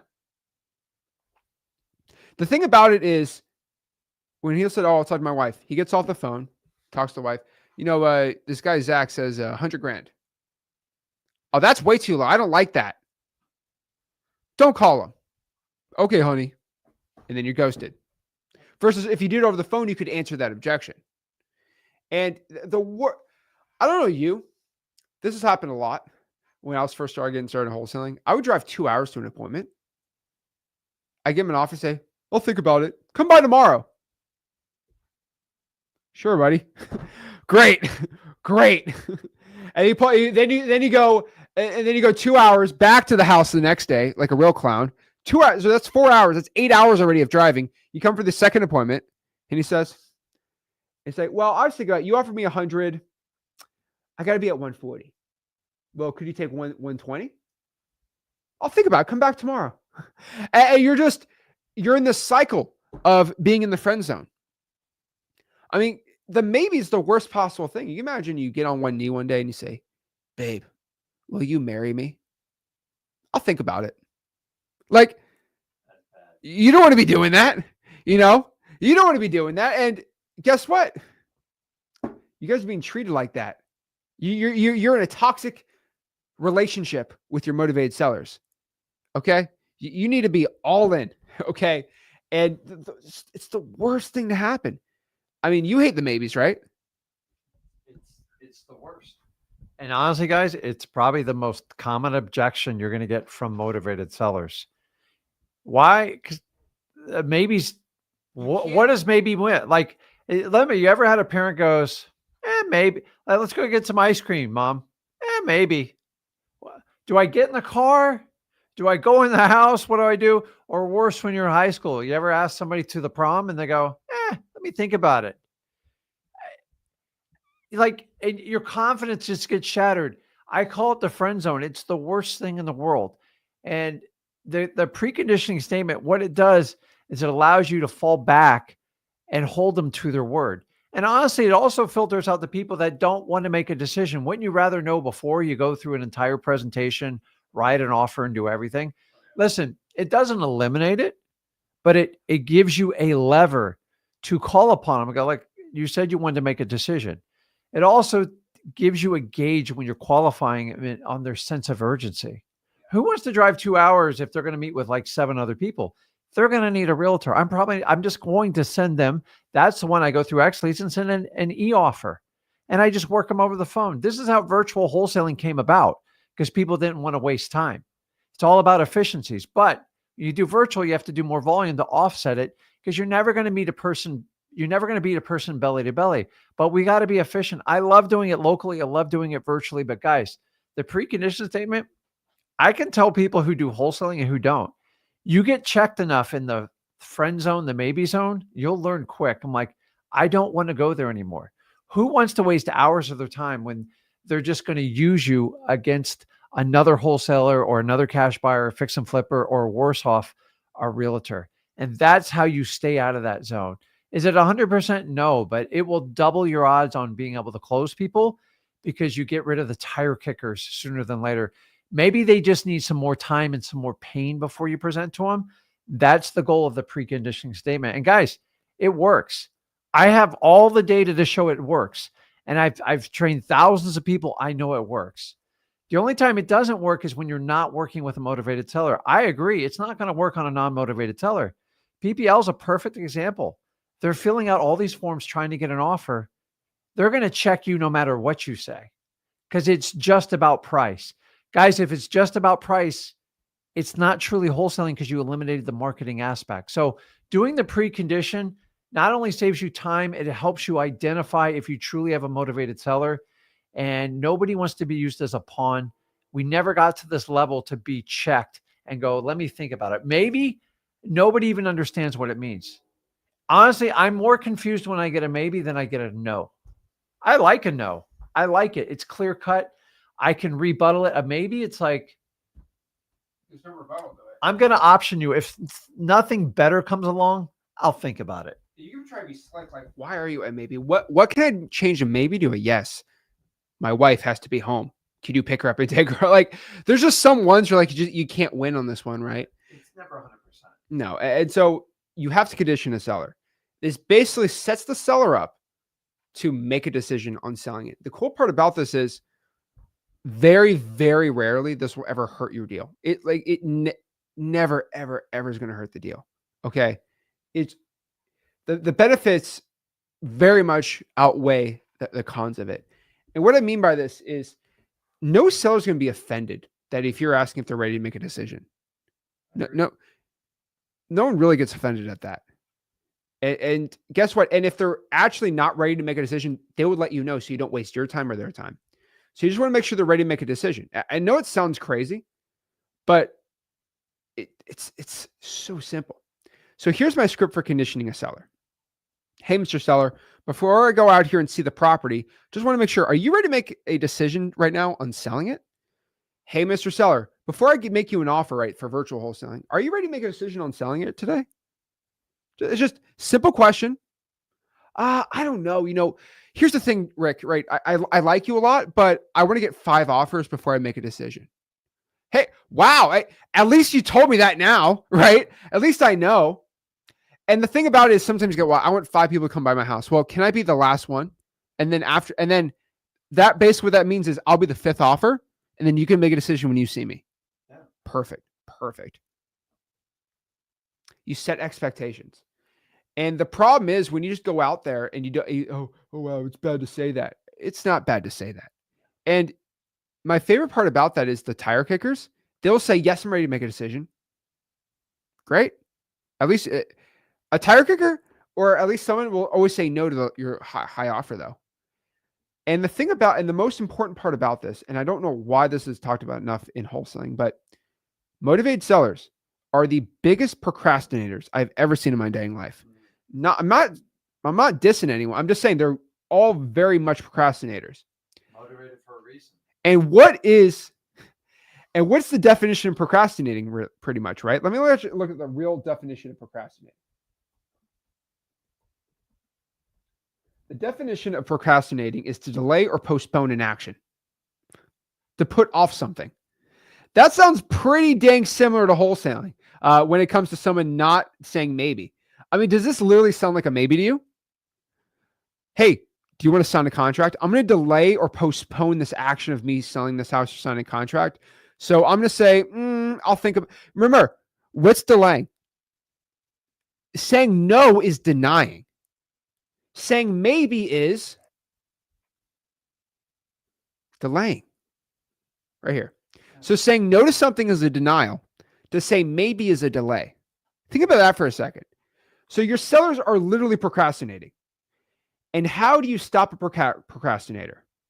You make them do something. And you kind of catch them in a trap. I'm not going to lie. It's kind of like a trap, more or less. But what this trap is, you basically trap them into making a decision. Are you ready to make a yes or no decision?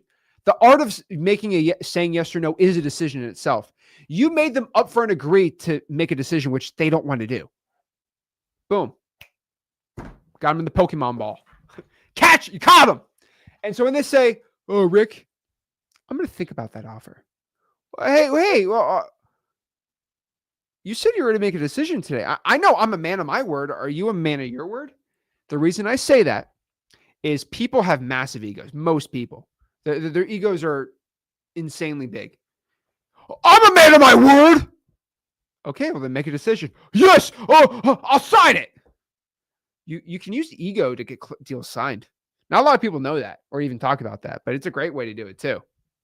You can feed it for your own advantage. And so conditioning a seller is what we do, and it works really dang well. This always works good for off-market properties. If you're doing on-market, it's going to be way less effective.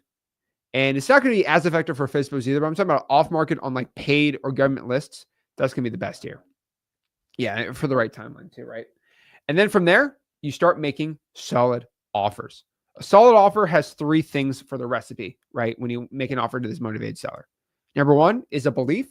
You can call this confidence. You can really call this whatever you want. But if you don't believe in yourself, how's the seller going to believe in you? That's a Rick Zach Ginn quote, by the way. But if you don't believe in yourself, how is the seller going to believe in you? Here's the thing about belief and confidence to a point. If I talk to you and I don't believe I can actually, I actually don't believe I'm going to get the deal. I'm going to start saying this. Hey, would you take $100,000 for the house? Like, I have no belief in myself. And then I say, would you take $100,000 for the house? The only difference between the two, well, you don't stutter. Well, you're not stuttering because when you don't believe, you're lying, right? And when you lie, you're like, too much is going on in your brain. It's very hard to keep a lie going. And that is exactly why if you just have a belief in yourself, you're going to sound way better. And the thing about it is I've done these social experiments on the YouTube channel before, but I'll bring somebody who's deathly scared to talk to me, right? Or they're deathly scared to go talk to a motivated seller. Hey, Zach. And they're like very nervous. I say, oh, is that a Fortnite poster behind you? Oh, yeah, that is a Fortnite poster. I'm like, oh, how many wins do you have in Fortnite? Oh, they go from, I have 45 wins in Fortnite and and this, I love this video game and this is what I use for that. I'm like, oh, wow. What's the difference between the two? Oh, you believed in what you were saying. That's why you went from stuttering to no stuttering, unless you have some stuttering thing, right? But it's because you believed in what you were saying. And so belief fundamentally is what confidence is, right? My definition of confidence is a belief in the words you say and the things you do. That's all it takes. And most people have to go through a lot of experience to build that belief. But there's no law saying that you have to cold call 1,000 hours before you could start believing you could do it. There's no law. There's plenty of things you've done that you believed you can do without doing it at all. Right? Mm-hmm. And that's kind of the point here. And so confidence and belief is going to be the biggest one, right? Again, I'm using belief because a lot of people use confidence in a weird light. They think it's something that takes time. Number two, you need the right script, which will show you the right ones to do. And then most importantly, you need the right seller. Repeat after me. Not every seller needs an offer. You can walk away from a bad deal, right? Some sellers, I don't even give an offer. You're not even worth it. And to a point, it's like, you know what? You're not ready now. And I don't want to give that offer out because trust me, it makes follow-up a lot more difficult. You know what? You need about 5 or 6 months, right? You need way more follow-up. And then we'll go meet you at the house. Some sellers are like that, right? Yep, definitely. I mean, it's just human nature, guys. You just got to go through enough iterations and you'll figure it out. The purpose of our training is to save you some of the aggravation and the grief. And guys, we have to get through people. We have to be empathetic. We got to hear them out, listen to their problems. But if you're not going to qualify them, if you're not going to hold them to the fire on a preconditioning statement, you're going to give up a lot of your control and you're going to give up a lot of your time. And after a while, you'll learn. So Heed the advice. It works. But what's controlling the negotiation? It's that price. Correct. And when you get the price out. Once you, guys, there's so many things you can learn at freewholesaling.com. I mean, me and Zach try to cover as much as we can in the hour and a half, but like, if you got someone who's just give me a price, if you don't check them, you go work at McDonald's, because that's what a McDonald's, and they're going to replace the McDonald's employees with the kiosks. So don't be a kiosk. Don't be a McDonald's employee. Not knocking on it. I'm just telling you it doesn't work that way in wholesaling. And we're definitely not realtors. So remember, you have to solve problems. If you're going to solve a problem by giving the highest offer, it's not wholesaling. It's not. You're just a cash buyer. And cash buyers typically are eager to overpay for stuff. That's why wholesalers are in business today. That's it. And so what we're going to share here too, right, is the right script, because the right script is going to be actually pretty dang important here. So let's talk about the right script for success. Okay. And so let's break this all down. There are currently 3 main ways to go out here and give a script out to the seller. Number 1 is going to be what I call the standard lowball offer. This is where I think you are probably the most used to about this. But this is the whole like perfect world scenario. How many books behind you do we have where they talk about the perfect world with real estate for an offer? Like, look at all these books. I mean, we got books from the 70s, 80s. I think your sales books are cool, right? Those, what's that guy? Zig Ziglar, right? Brian Tracy. I don't know the other guy's name. But you know, used to do that used to be your main thing, is the perfect world close. 2003. Yeah. It was what was your old one in 2003? Definitely evolved. No, it was just listen, I've tried everything out. I've like every book back here was like my training from 2003 on. These are books from the 70s, 80s. You know, everything from Tony Robbins, the Zig Ziglar, Brian Tracy, like it's endless. Carlton Sheets, I've done all his programs. There's just too many to name, but like everything I formulated is trial and error. That's it. I don't care what other people say. I just know it works. So I always look at the proof in the pudding as opposed to what like people tell you. And after a while, you get a hang of it. And like one of my old lines is kind of like in the perfect world. If I, you know, what would be the offer? If I were able to take over your house, what would be the number that make you work? Sell it to me and walk away. I literally said it like that. I was so bad. And it still worked to a point back then. I've learned a lot more since then, and most of my trainings and stuff. But I started with sales books and worked my way backwards. And I found out if you can just be transparent and get people to give the vision in their head. So many wholesalers try to tell people what they need to get for their house. You got to think about like what do they need to let go of that house? Now, if you have someone who goes, I need $1 million, or if the price is right, those aren't the sellers. They don't deserve an offer. They really don't deserve your time past the qualification.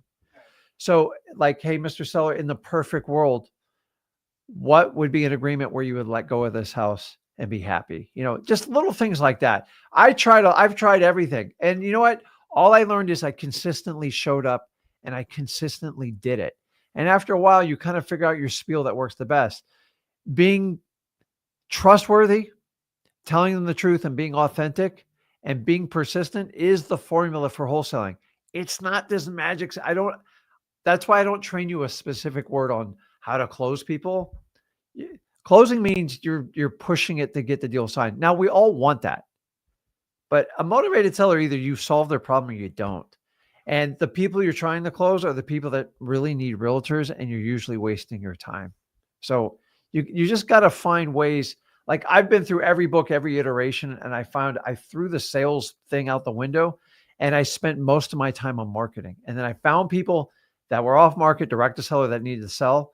And all I have to do is help them, listen to them, repeat back how I can solve their problem. And then I make them a very low offer. And just repeat it over and over again. The ones trying to sell and the trying like this close, I mean, it sounds good, but like in wholesaling, if you find the person that's motivated enough to sell their house to get rid of it, like a pawn shop, and they're out there every day, guys, there's 330 million people in this country. There's a certain amount of people that are using their house as a piggy bank, and the piggy bank is broke.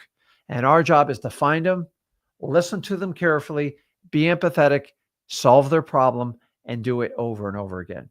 That is the art of wholesaling. Everything else, pure distractions, waste of time. You want to be a realtor? Go get your realtor's license, knock yourself out. I don't know what to tell you on that. So, So one thing I would tell you here is it's tried and true. Hey, perfect world, what price would it be at? 200. And then you hit him with you counter back with a low ball. Pretty simple, right? Pretty simple.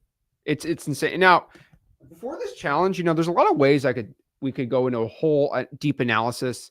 Here's the transgressional analysis on ARV and the exact offer price. It's calculated and blah, blah, blah, blah, blah. I get people telling me, oh, you have to minus off your assignment fee.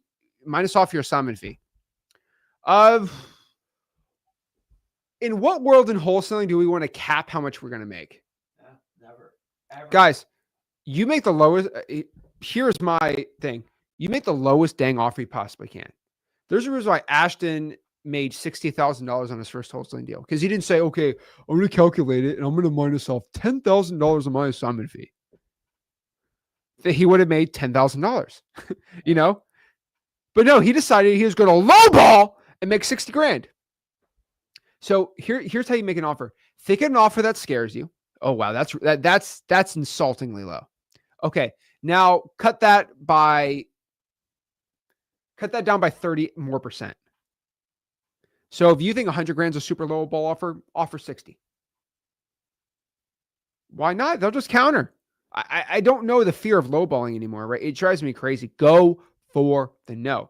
Hit him with the low ball. I mean, this thing's worked since 2002 for you, 2003. So it's going to work. Now, the next one is what I'm calling the reverse price anchor. Now, this used to have another name, but everyone goes crazy when I change the names of things. So we all know what price anchoring is, right? Price anchoring is you spit out $120,000. And then that's really low compared to where they were at. And then you counter and anchor where their price is at. Price anchoring's been, every single book in here talks about price anchoring. Everyone got so upset with me when I called it the method that I used to call it. So I'm just going to call it the reverse price anchor. You know why I don't like price anchoring? Because when you do price anchoring, you have to build rapport. If you don't have rapport with price anchoring, they get very upset at you very dang quick. And they're going to blame. Guess who they're going to blame? They're going to blame you. And so this is reverse price anchoring, which basically means you can price anchor without building any rapport at all, which is kind of nice. And so basically what a reverse price anchor is it's the same script as, you go out here and mention a low offer first, but you basically say, hey, go out here, and what I'm going to tell you to do is go out here, and when you talk to a seller, go find somebody in the wholesaling community. Talk to Rick. Hey, what would you offer on this deal? You'll say, oh, I'd offer 50 grand. Okay, cool. Go to the seller and just say, hey, I was talking to my partner, Rick, and he said he wanted to buy the house for 50 grand. Use a real person so you have the most confidence in the world, right? Don't use a fake person. Use a real person. But basically, you can go do that. Go to X Leads, whatever the wholesale price is, just say Zach offered it, because use me. I don't really care. But I'm a real person, and I really calculated that. The whole software did it. So do whatever you want. But the thing about it is you're going to hit him with, I was talking to my partner, Rick, and he said he wanted to buy it for around $140,000. They'll say, well, that's way too low. I know, Rick's crazy. What price works for you? That's what a reverse price anchor is. Crazy, right? It's guys, it's been around. It's been around forever, and it takes the edge off of you, because it's like some of you guys feel bad when you make an offer. You technically didn't offer anything. Yeah, you technically get an offer, and it just listen. It's like fishing. You got to throw a lure out there and just see if they take. Listen, if you agree with it or not, it's what gets the result in the end. Yeah. You can break down. No one person has a right way. It's my way or the highway. It's ridiculous. Guys, all we do is share our experience of wholesaling. If it resonates with you and it works, great. If you want to be a wholesaler, I promise you'll get a lot more traction the way we do it. If you want to do pseudo realtor, do the other way. Feel good. You're not going to make a ton of money, but the idea is it takes the edge off of it. because some of you guys don't like to be like, oh my God, that's a terrible offer, Rick. I hate it. And you feel ashamed about it. I'm giving you tools to get through it. Like, I still do it to this day. It works. It works. That's why it's used. If you don't like it, get over it. I don't know what to tell you. It's only going to work with motivated sellers. If you want to do on-market properties, you're wasting your time. Use what works. We just share data that works with us. Exactly. And that's how I'd be doing it. I mean, that's the second one. Now, the third one is going to be what I like calling it the dollar bill method. And this is really for the sellers to say, I have no idea what price I want to be at. I have zero idea. Well, first of all, that's a lie. Quit the cap. That's a lie. Okay. I have no idea. Okay. If you have no idea, let's go over the questionnaire. Here's my questionnaire. Okay. Number one, would you take $1 million for this house? Yeah. Okay. We have established your top end. Would you take $1? If I gave you $1, would you sell me this house? No. Okay. Well, what price in between that works for you? And I know that sounds stupid, but these sellers will play mind games with you, and they legit will justify in their mind because sellers think of crazy excuses. You might not know that. I have no idea. Okay. If you have no idea, then would you take $1 million or $1? Right? What's in between there? And then boom, they have to say something. They'll say, well, I don't know. Would you take $2? No. $3? No. Remember, you're testing their patience. After about $6, they're going to start losing their patience. 40,000. Okay. So I had to go up to $1, $2, $3, $4. You know what I mean? Mm-hmm. Drives me crazy. But that method works too. I mean, you got some other good one-off. You got some. Yeah, I like to use. So listen, your words have power. They do. So one of the easiest ways I find is disarming people by instead of saying, what will you, instead of using the word offer, ask, and even the word sell. There's a time and place for it. Is what do you need to get rid of this property? A lot of them are like, what do you mean by that? I go, well, I'm just looking around and. What do you need to get rid of it? What I'm saying is, what's your bottom line number? And you're doing it subconsciously to them. They're like, get rid of it. What do I need to get rid of? Once again, I'm testing their motivation. I'm making sure I have the right fit. I have the right motivated seller. Because people who want top dollar, guys, if the only way you can win that deal is through price, you're not in a wholesale deal. You're not even close. So using words that disarm people, what do you need to move on? What do you need to get rid of it? Listen, if I was able to somehow take over your property, I'm not saying I can, what would that number be to have you move on? And I can test people out, but those words kind of crawl back in their mind. And remember, when you're buying real estate, especially in the wholesaling, if you chase, say here's your seller, and if you chase them, the price will always go up, or they think you get more. What we do is we disarm it, where we kind of go back like this, and they go, wait a minute, why isn't he chasing me? And you kind of feed into, listen, we buy problematic properties, guys. If you do it the way we teach you, you're buying problems. They know they have problems. They want to get rid of it for one reason or the other. Don't chase. The goal is to see if they will come your way, even in the slightest. Because if you have to go that way, I promise you, you will not win on price.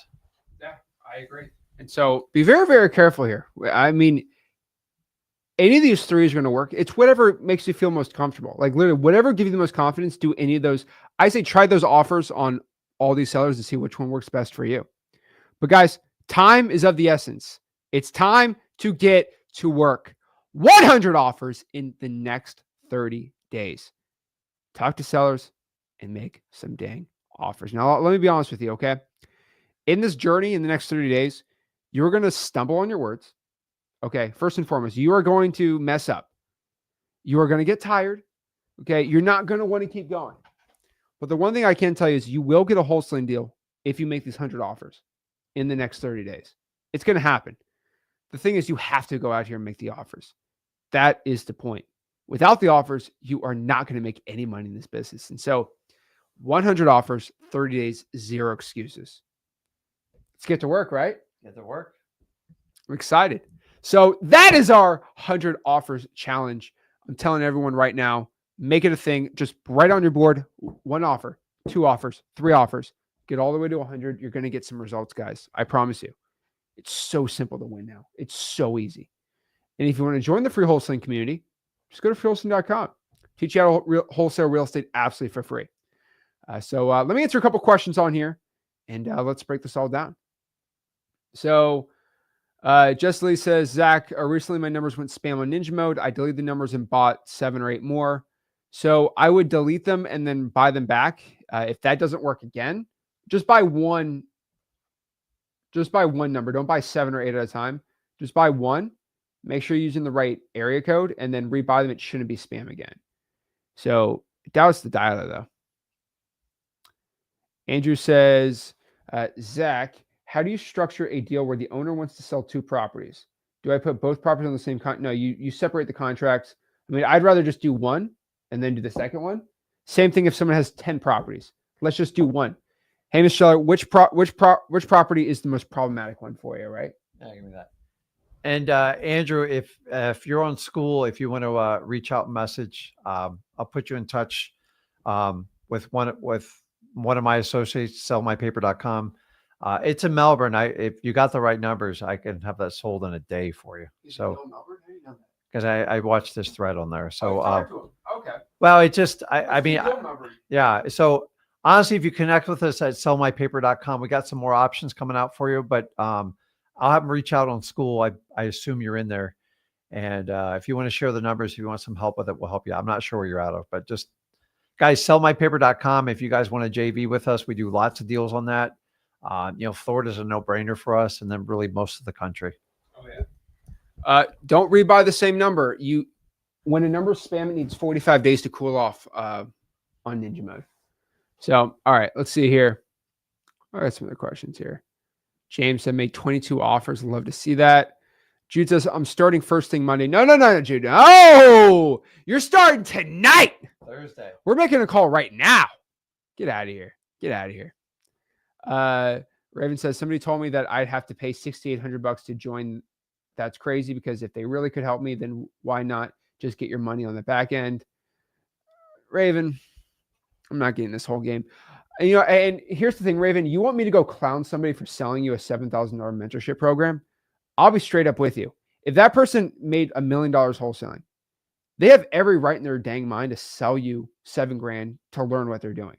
They have every right. Yep. Like they made $1 million. They're going to teach it. They deserve that money. Frankly, I'll be honest with you. Right now, they have every right. It's a free country. Now, do I do it differently? Yes. Do people hate me for it? I mean, very few, but yes, it's okay.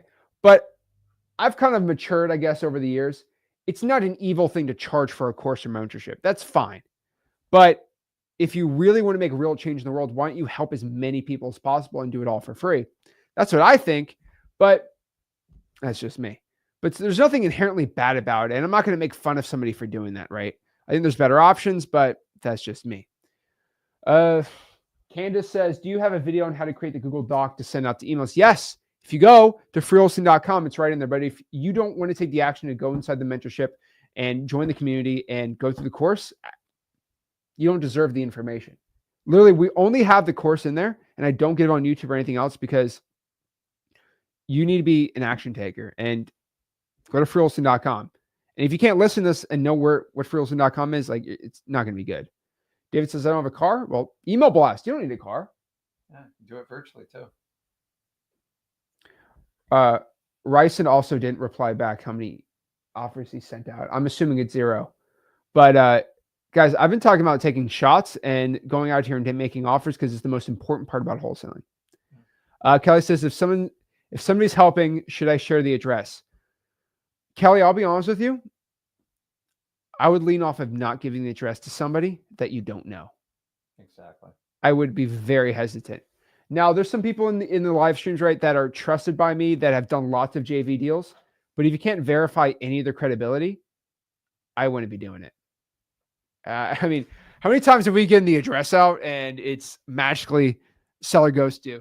Yep. It all the dang happens all the time. And it mostly happens due to inexperience. So if you're going to do that, make sure you have a JV agreement assigned. But Remember, people go like, I want to make sure you have a deal too. So it's like a catch-22, but you know, find people that will help you out and learn to work with them. But like someone who wants to help you out has no problem signing an agreement. So, but you got to get to know people. And if you just give out to strangers on the internet, they will take advantage of you. They would. I'm telling you right now. Okay. So next here is David says, how do you get ARV when doing comps? I got confused watching your videos. David, you got to go to freewholesaling.com. It's very clear and cut, and it's like really short and simple. All updated. Freewholesaling.com. It's all updated. Zach, do you do So we got the buyers in SoCal, but it's got to be the right deal, especially where like LA, Orange County, like forget about it. I mean, Riverside, we could do that, right? If I can do it, anyone can do it. There we go, Lunar. Awesome. Next here says, what method would you hunt Facebook ads to bandit comments? So pretty much what I say here is, I've always had this thing where I don't like seeing people's comments like, we buy houses cash. I never liked that. It annoyed me on Facebook. Like, this guy's marketing and I'm not. So what I did was I just wanted the person to block me. Just straight up block me. So the only way that person's going to block, so I don't see any of those dang ads anymore, is I just put, I'll buy more than this guy. And the guy's should block me, right? Yeah. Turns out he didn't block me because he doesn't look at his comments because he's using a Facebook ad agency guy. And I started getting inbound seller leads. I'm like, oh, this is a marketing method. Pretty dang cool. And everyone gets mad at me for bandit comments. The point is, if you see somebody post a Facebook ad, I hate Facebook ads, by the way. I think they're stupid. Just comment. Here's the thing. Facebook gives you a comment section on ads on purpose. Right? Yeah. I mean, you can disable comments if you want. That looks bad though. But you can, and so Facebook gives you a comment section. Go use it. I don't know what the slimy part about that is, but they literally give you a comment section. Boom. And then worst case scenario, they block you, never see that ad ever again. It's a win-win. You get business and you never see that ad ever again. That's the way I look at it. Andrew says, when the cash buyer pays a $5,000 earnest money, does that go to the title company? And also, does that count towards my assignment fee? So it doesn't count towards the assignment fee, but it's basically, I mean, technically yes and no at the same time. If they don't want to go with you and they just get out of the deal, then it is technically yours. It's technically not an assignment fee though. Just letting you know. So it goes to the title company. Let's see here. Hey, Rick and Zach, if I don't find comps for a wooden house, every comp is brick. Would you say that I need to cheat, or do I take a percentage off the comp's price? It really depends. Depends on location. Yeah. So, I mean, I'll take a percent off of their other comps. I'll be honest with you. I'll probably cut 20, 30% off and call it a day. And I'm not going to call it cheating, but just take, you guys overthink it. Just cut 30% off. But the point is, the offer should be so low that it doesn't even matter. Exactly. That's it. So guys, if you got any value from this video, do me a favor. Make sure you smash the like button, subscribe. Go to freewholesaling.com to learn how to wholesale real estate absolutely for free. And take me up on this 100 offers in 30 days challenge. Guys, I'll see you soon. Join at freewholesaling.com and we'll see you soon. This is Rick. This is Zach Ginn signing out. Rick Ginn signing out. Have a blessed one. See you guys.